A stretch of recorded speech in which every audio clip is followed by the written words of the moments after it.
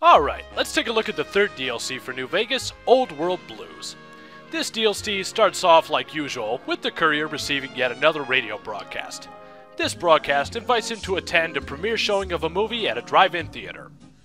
Yeah, there's nothing suspicious about that at all. Naturally, this turns out to be a trap, and you are transported to an undisclosed location.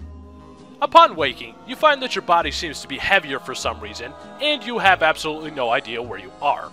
You wander about the area for a while to find a group of robots led by a robot named Dr. Klein.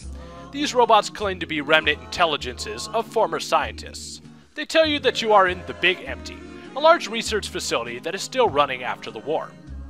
Dr. Klein then confesses to lobotomizing you, ripping out your spine, and ripping out your heart, and replacing them with robotic parts.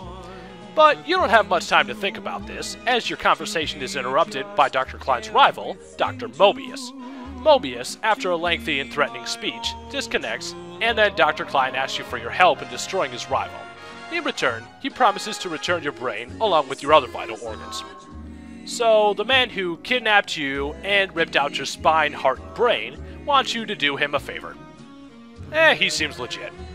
And this is where all the questing starts. Now for the reviewing.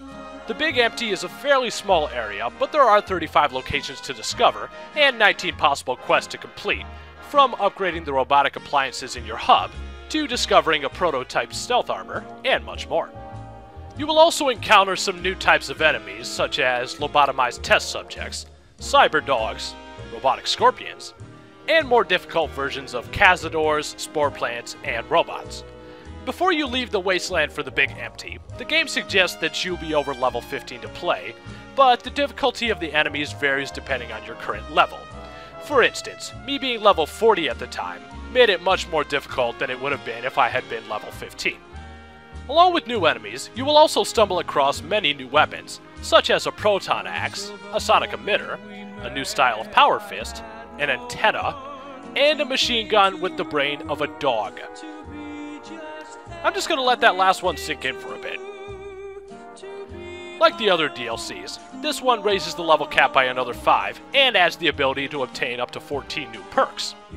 Along with just adding new perks, you also gain the ability to reselect your traits. You can pick from any of the original traits, but you also get the chance to pick from 6 new traits, although this is a one-time event. Probably one of the most noteworthy aspects of this DLC is the humor. This DLC is heavily satirical, from an AI that calls students with bad grades communist, to self-aware appliances, including a maniacal toaster. What, you don't believe me? Well, look for yourself. Yes! Yes! Soon my work will be complete. Soon the world will burn in nuclear fire. Soon I will... What? It did? Yeah. Although this DLC does add quite a lot to gameplay, I do have one complaint. Most of the quests in this DLC follow the exact same formula. Go to this location and grab this thing. Now go to this location and grab this thing. Rinse, lather, repeat. This tends to give the quests a grinding feel rather than the epic feeling of the other 2 DLCs. So, what is my recommendation of this DLC? Well, if you're bored with New Vegas and have already played the other 2 DLCs, then I would recommend giving this a try, as it's only $10. But I wouldn't recommend this as a starting point, as the quests, at least in my opinion, just aren't as good as Dead Money or Honest Hearts.